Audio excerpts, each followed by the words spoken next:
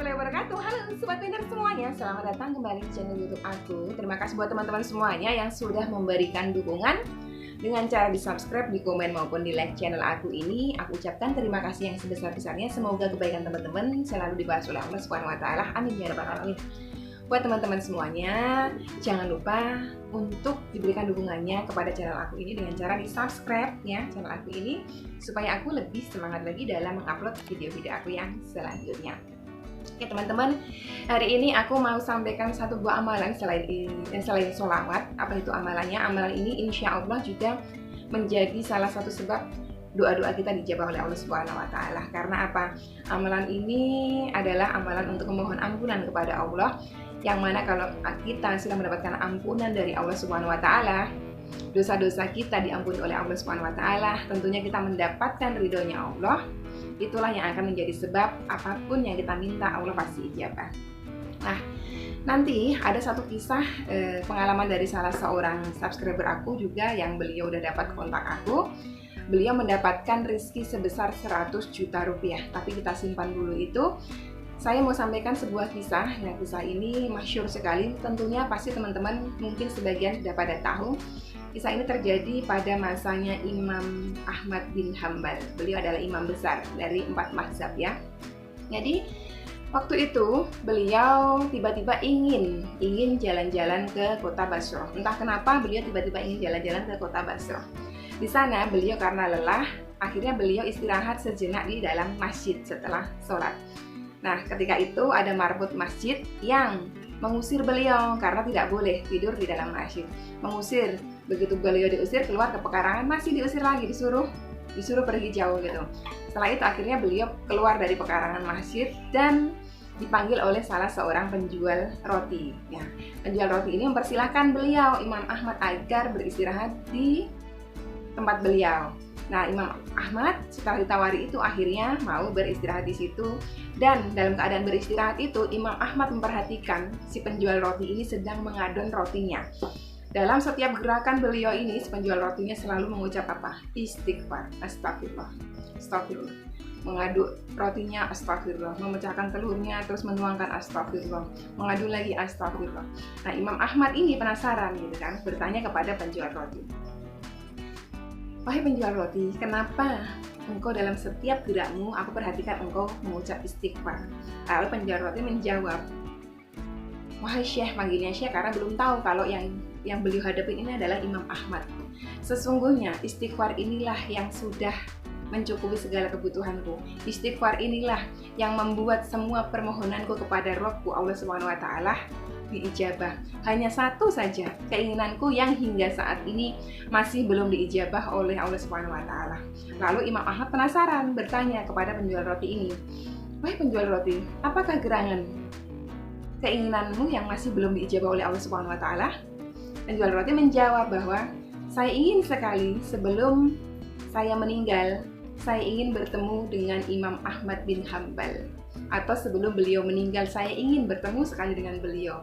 Di situ Imam Ahmad takjub betul-betul, Masya Allah, tabarakallah. Ini sebabnya kenapa saya tiba-tiba pengen ke kota Basrah ini. Sayalah Imam Ahmad bin Hambal yang engkau ingin bertemu. Nah, di situ membuktikan apa? Bahwa amalan ini, istighfar, memohon ampun kepada Allah, menjadi sebab doa-doa kita juga diijabah oleh Allah Subhanahu wa taala ya. Jadi teman-teman, jangan lupa selain memperbanyak sholawat, perbanyak juga istighfar. Usahakan selalu beristighfar setelah sholat fardu. Jadi begitu kita sudah mengucap salam, Assalamualaikum warahmatullahi, Assalamualaikum warahmatullahi ya. Assalamualaikum warahmatullahi, Assalamualaikum warahmatullahi. Kita langsung beristighfar, astagfirullahaladzim, astagfirullahaladzim, atau astagfirullahaladzim wa atubu ilaih, astagfirullahaladzim wa atubu ilaih, astagfirullahaladzim wa atubu ilaih. Kalau mau yang panjang lagi, Sayyidul Istighfar bisa. Nah, ini ada ya di dalam Al-Quran, dalam surah Nuh ya, surah Nuh ayat ke-10, 11, mintalah ampunan kepada Tuhanmu, sungguh Dia Maha Pengampun. Niscaya Dia akan menurunkan hujan yang sangat lebat dari langit dan memperbanyak harta bendamu. Di sini istighfar ini juga akan mendatangkan rizki, sebagaimana yang difirmankan oleh Allah Subhanahu wa taala di dalam surah Nuh ayat ke-10. Jadi buat teman-teman semuanya, Jangan ragu untuk selalu beristighfar kepada Allah, memohon ampun kepada Allah supaya rahmatnya Allah turun kepada kita, supaya kita juga dilimpahi oleh Allah rezekinya. Oke teman-teman, itu tadi pembukaan untuk video kali ini, kisah dari seorang penjual roti di masanya Imam Ahmad bin Hambal. Sekarang kita akan dengerin sama-sama cerita dari salah seorang sobat winner ya, yang juga mendapatkan keberkahan dari sholawat tentunya dan juga istighfar ini. Bagaimana cara beliau mendawamkannya dan rezeki seperti apa yang beliau dapatkan dan bagaimana ceritanya beliau bisa mendapatkan rezeki itu. Silakan kita simak langsung cerita dari Mbak Ana dari Pemalang. Assalamualaikum warahmatullahi wabarakatuh, Umi dan juga pemirsa setia channelnya Umi. Saya Ana dari Pemalang. Saya mau cerita pengalaman saya mendawamkan sholawat Nabi, sholawat munjiat, sama istighfar yang Umi ajarkan kepada saya. Jadi dulu saya bekerja di toko bangunan punya orang Cina. Karena toko itu bangkrut, akhirnya saya pindah bekerja di toko buah di daerah Jakarta. Pemilik toko bangunan sebelum saya berhenti kerja, beliau menitipkan sama saya kalau beliau itu punya tanah, sebidang tanah yang sangat luas di daerah Jakarta Barat yang mau beliau jual untuk membayar utang-utang beliau. Jadi beliau minta tolong sama saya, barangkali bertemu orang supaya saya tawarkan. Janjinya saya akan diberikan komisi sebesar 1%. Beliau waktu itu ya, saya bilangnya bos, saya panggilnya bos, kokonya itu bilang, itu tanah kalau bisa laku 10 miliar, katanya saya mau dikasih komisi 1%, kalau di total 100 juta. Pada saat itu saya iyakan aja, cuma saya tidak yakin karena saya pikir itu tanah sama si kokonya itu sudah diiklankan kemana-mana tapi nggak laku-laku. Nah singkat cerita, saya bekerja di toko buah ini. Saya masih berusaha. Saya kadang kalau pas lagi butuh duit, misalnya di kampung, ibu sama bapak butuh duit buat biaya adik-adik itu, saya ingat sama ini tanah. Coba ini tanah bisa laku ya, saya dapat komisi 100 juta. Nggak usah lah muluk-muluk 100 juta, 10 juta aja saya udah senang, saya pikirnya begitu. Nah singkat cerita juga, saya bertemu sama Umi di channelnya Umi. Saya kenal Umi itu sekitar bulan Oktober. Saya kirim email dan alhamdulillah waktu itu karena subscriber Umi juga masih belum banyak, jadi saya direspon, saya dapat nomornya Umi. Terus saya tanya sama Umi, saya udah mengamalkan sholawat ini Umi. Saya bilang, saya bacanya sholawat Nabi dulu, Allahumma sholli ala sayyidina Muhammad wa ala ali sayyidina Muhammad. Itu terus saya dawamkan Umi. Karena sebelum ada channelnya Umi, saya belajar di channel-channel yang lain seperti channelnya Ustadz Yusuf Mansur. Karena apa? Karena orang tua saya ini punya cita-cita yang sangat mulia, pengen berangkat haji atau umroh minimal lah. Tetapi saya mikir dari mana?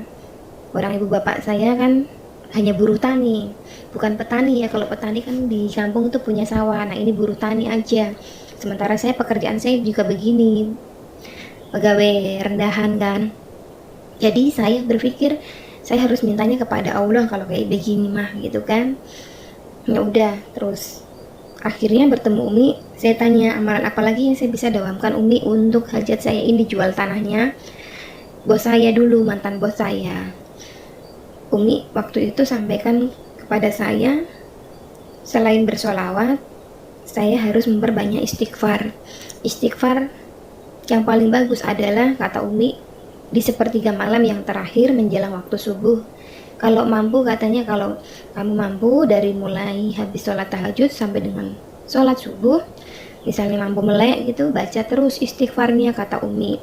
Saya tanya istighfarnya bagaimana Umi, apakah yang astagfirullahaladzim ada aja ataukah yang ada yang lebih gitu kan. Kata Umi, terserah yang mana aja boleh.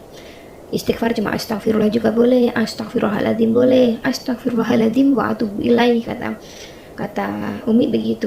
Ya udah, akhirnya saya pakai terus astagfirullahaladzim wa atubu ilaih, astagfirullahaladzim wa atubu ilaih, astagfirullahaladzim wa atubu ilaih gitu. Jadi saya setiap hari misalnya saya kebangun sholat tahajud, pasti saya baca istighfar terus dan sholawat Nabi. Saya nggak tinggalkan, setiap hari minimal saya 1000. Saya ngikutin wiridnya Umi yang sudah pernah dikasih ke email saya dulu. Jadi saya bacakan, saya dawamkan wirid, saya dawamkan istighfar setiap habis sholat tahajud di sepertiga malam, sama saya membaca sholawat munjiat. Karena terbaru saya sering nonton channelnya Umi selalu sampaikan membaca sholawat munjiat setelah sholat fardu 11 kali atau 40 kali, dan saya alhamdulillah mengistiqomahkannya di 11 kali. Singkat cerita, kemarin itu sekitar bulan Februari ya, di toko buah saya itu ada datang pembeli ini saya panggilnya Bapak Aji ini orang dari daerah Kalimantan. Saya memang seperti biasa, setiap kali ada yang datang gitu, tiba-tiba saya tawarin aja, spontanitas saya tawarin aja ini tanah gitu kan. Bapak Aji ini alhamdulillah responnya baik. Beliau kalau tidak salah itu sekitar 3 kali datang ke toko buah kami. Jadi toko buah kami itu menyediakan parcel sama kue-kue gitu kan. Nah, Bapak Aji itu katanya sedang menjenguk kerabatnya yang dirawat di rumah sakit di Jakarta. Saya tawarin itu tanah dan alhamdulillah responnya Bapak Aji itu bagus. Memang beliau bilang, saya memang ada cari tanah dek, cari tanah untuk kantor sama showroom gitu katanya. Untuk kantor sama showroom apa gitu saya nggak tahu lah, pokoknya saya nggak mau tahu juga kan. Terus habis itu nanti saya kabari dek gitu kan. Jadi di situ saya makin semangat, saya dawamkan terus itu sampai akhirnya singkat cerita di bulan Maret sekitar pertengahan beliau telepon saya kalau beliau mau beli tanah itu. Jadi akhirnya sama saya dikasih nomornya bos saya aja, karena saya nggak mau nanti takut salah gitu kan. Saya kasih tahu bos saya, bos ini ada yang mau beli tanahnya bos, Pak Haji dari Kalimantan, mau ketemu sama bos gitu kan. Ya udah, saya pertemukan lah beliau berdua kan. Akhirnya ketemu, ya ternyata Pak Hajinya itu tahu gitu. Waktu saya bilang itu kan saya sempat ngobrol, saya dijanjiin Pak Haji ini kalau misalnya tanahnya laku saya dapat 1%-nya berarti 100 juta, saya bilang gitu. Duit itu tuh saya mau pakai buat umrohin bapak ibu, sama ada satu nenek di rumah saya. Nenek itu nenek yang ditelantarkan anaknya di kampung saya dan ikut sama keluarga saya udah puluhan tahun. Saya pengen juga nih umrohin nenek Kasmi namanya. Ya udah, terus ternyata alhamdulillah deal di akhir Maret itu. Tiba-tiba saya nih ditelepon sama bos saya itu, Umi, ditelepon disuruh datang ke rumahnya. Saya tahu kan rumahnya dulu di belakang ini, di belakang toko itu masih enggak, tokonya memang tutup tapi rumahnya tuh masih. Jadi saya datang ke sana. Masya Allah, tabarakallah, Allahu Akbar Umi, ya Allah, betul-betul Umi. Saya tuh dikasih tahu kalau tanah itu udah laku dibeli Pak Haji dan saya dapat komisi 1%. Nah, tanah itu memang belum dibayar lunas sama Pak Haji. Pak Haji bilang, kata bos saya ini, kalau mau tanahnya dilunasi sama Pak Haji, uang komisi buat saya harus dikasih dulu, karena uang itu Pak Haji tahu kalau mau dipakai umrohin orang tua saya. Jadi hari itu tuh saya dipanggil memang sama bos saya. Saya dipanggil kalau saya mau dikasih duit 100 juta itu, Umi. Di situ tuh betul-betul saya antara saya pengen nangis, saya nggak bisa nangis juga kan. Saya barusan ini mau pegang duit 100 juta gitu, dan saya masih nggak percaya bahwa Allah memberikan rezeki itu sama saya gitu kan. Terus akhirnya saya diminta sama bos saya untuk hubungin Pak Haji bahwa saya udah terima duit ini supaya Pak Haji kasih pelunasannya. Dan alhamdulillah memang saya udah diberikan uang itu, Umi. Nah, uang itu yang sekarang saya pergunakan untuk umrohin bapak sama ibu. Tadinya sama mama sama ini nenek Kasmi, tapi nenek Kasmi ini nggak mau, katanya kasihan sama saya supaya saya nggak merantau terus. Saya udah 6 tahun merantau di Jakarta, supaya buat modal saya gitu katanya. Kami paksa pun nggak mau. Ya udah, akhirnya ini duit saya mau pakai modal buat saya dagang di pasar, saya buat umrohin bapak sama ibu, sama saya sedekahin, saya bagi ke teman kerja saya juga, saya bagi sama orang-orang di kampung saya. Insya Allah semoga berkah. Saya mohon doanya ya Umi. Alhamdulillah apa yang Umi bimbing buat saya semua insya Allah saya istiqomahkan. Saya mohon doanya, tinggal hajat saya pengen dapat jodoh aja yang belum kesampaian. Insya Allah pasti Allah akan kasih. Sekian dulu cerita saya. Wassalamualaikum warahmatullahi wabarakatuh. Itu tadi apa yang disampaikan oleh Mbak Ana, itu pengalaman pribadi beliau yang belum lama ini ya beliau dapatkan. Alhamdulillah beliau mendapatkan rezeki yang sangat-sangat luar biasa, yang bagaimana cita-cita ibunda dan ayahanda beliau ingin bisa berangkat ke tanah suci untuk beribadah, insya Allah akan segera terlaksana ya. Jadi buat teman-teman siapa saja yang pengen hajat-hajatnya terkabul, jangan lupa memperbanyak sholawat dan juga istighfar. Istighfar setelah sholat fardu, ya, setelah salam istighfar, dan memperbanyaknya di penghujung malam, di sepertiga malam setelah sholat tahajud, ya, menjelang mau masuk waktu subuh, habiskan untuk beristighfar. Di situ habiskan untuk beristighfar. Ini yang disampaikan oleh para ulama, termasuk oleh Syekh Ali Jabir. Beliau selalu mewasiatkan ini agar memperbanyak istighfar di sepertiga malam, karena itu bagus sekali ya. Istighfar itu selain memohon ampun juga mendatangkan rezeki. Oke teman-teman, sampai di sini dulu video kali ini. Semoga bisa memberikan inspirasi, bisa memberikan motivasi, bisa menambahkan ilmu walaupun mungkin hanya sedikit ya. Sekian dulu. Wassalamualaikum warahmatullahi wabarakatuh.